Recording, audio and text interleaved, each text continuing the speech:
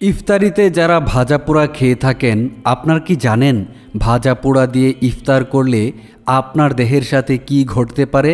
যারা নিয়মিত ভাজা পোড়া দিয়ে ইফতার করে থাকেন তাদের শরীরে কি কি ক্ষতি হতে পারে আপনি কি তা জানেন?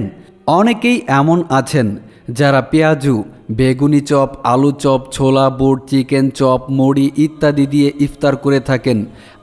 ভাজা পোড়া টাইপের যত খাবার আছে এগুলো মিক্স করে ইফতার করে থাকেন। তাদের জন্য আজকের এই ভিডিওটি খুবই গুরুত্বপূর্ণ। প্রিয় বন্ধুরা, রমজান মাস আসার সাথে সাথেই প্রতি বিকেলে পুরনো ঢাকার চকবাজারে শুরু হয়ে যায় ইফতার বিক্রেতাদের হাঁকডাক। আর পুরো রাস্তা জুড়ে ভ্যানে টেবিলে সাজানো থাকে শত শত রকমের ইফতারি খাবার। সারাদিন রোজা রাখার পর মানুষ একটু ভাজা পোড়া খেতেই পছন্দ করে, কিন্তু সারাদিন না খেয়ে থাকার পর এই ধরনের খাবার স্বাস্থ্যের উপর কী প্রভাব ফেলে আপনি কি তা জানেন? আমরা বাজার থেকে যে সমস্ত ভাজা পোড়া খাবার কিনে নিয়ে আসি, সেই সমস্ত জিনিস যে তেলে ভাজা হয়, সেই তেলটা যদি খারাপ হয় তাহলে অ্যাসিডিটি থেকে শুরু করে ডায়রিয়া পর্যন্ত হতে পারে। প্রোটিন এবং কার্বোহাইড্রেট জাতীয় খাবার যদি বেশি পোড়ানো হয় তাহলে সেটি আর পরিপাক হয় না।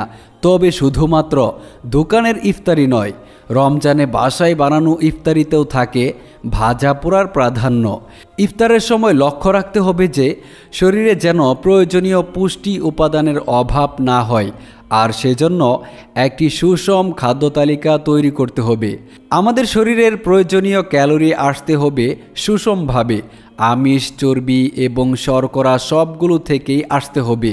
ইফতারে চিকেন স্যুপ খাওয়া যায়, তবে নন স্পাইসি, কিন্তু সবজি রাখতে হবে, ফলমূল রাখতে হবে। দধিটা শরীরের জন্য খুবই ভালো, কারণ এতে প্রোটিন থাকে এবং পরিপাকেও সাহায্য করে।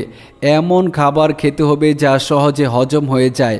তবে ইফতারের প্লেটে যাই থাকুক না কেন, পুষ্টিবিদদের মতে ইফতারিতে একটি উপাদান সেখানে অবশ্যই বেশি বেশি রাখতে হবে এবং প্রচুর পরিমাণে পান করতে হবে। আর এই পানিটাকে আপনি বিভিন্ন রকমে খেতে পারেন, মানে শরবত বানিয়ে বিভিন্ন আইটেমের শরবত করে আপনি পানি পান করতে পারেন, কেননা আপনার শরীরে সারাদিন যে পানির ঘাটতি রয়েছে সেটা যেন পূর্ণ হয়ে যায়। সারাদিন রোজা রাখার ফলে শরীরে যে পানি শূন্যতা তৈরি হয় তা অবশ্যই আপনাকে পূরণ করতে হবে। শরবত, ফলের রস, পানির সাথে গুড় মিশিয়ে কিংবা অন্য যে কোনো পানি সমৃদ্ধ খাবার খেয়ে শরীরের পানি শূন্যতা পূরণ করা যায়। মানুষের মাঝে স্বাস্থ্য সচেতনতা বাড়লেও শুধু স্বাস্থ্যের কথা চিন্তা করে ইফতারে ভাজা পোড়া খাওয়া একদম বাদ দিয়ে দিবে এমন মানুষ মনে হয় খুঁজেই পাওয়া দুষ্কর। বিশেষজ্ঞরা বলেছেন পুরোপুরি বাদ দেওয়ার প্রয়োজন নেই, তবে খাওয়া উচিত পরিমিতি বজায় রেখে।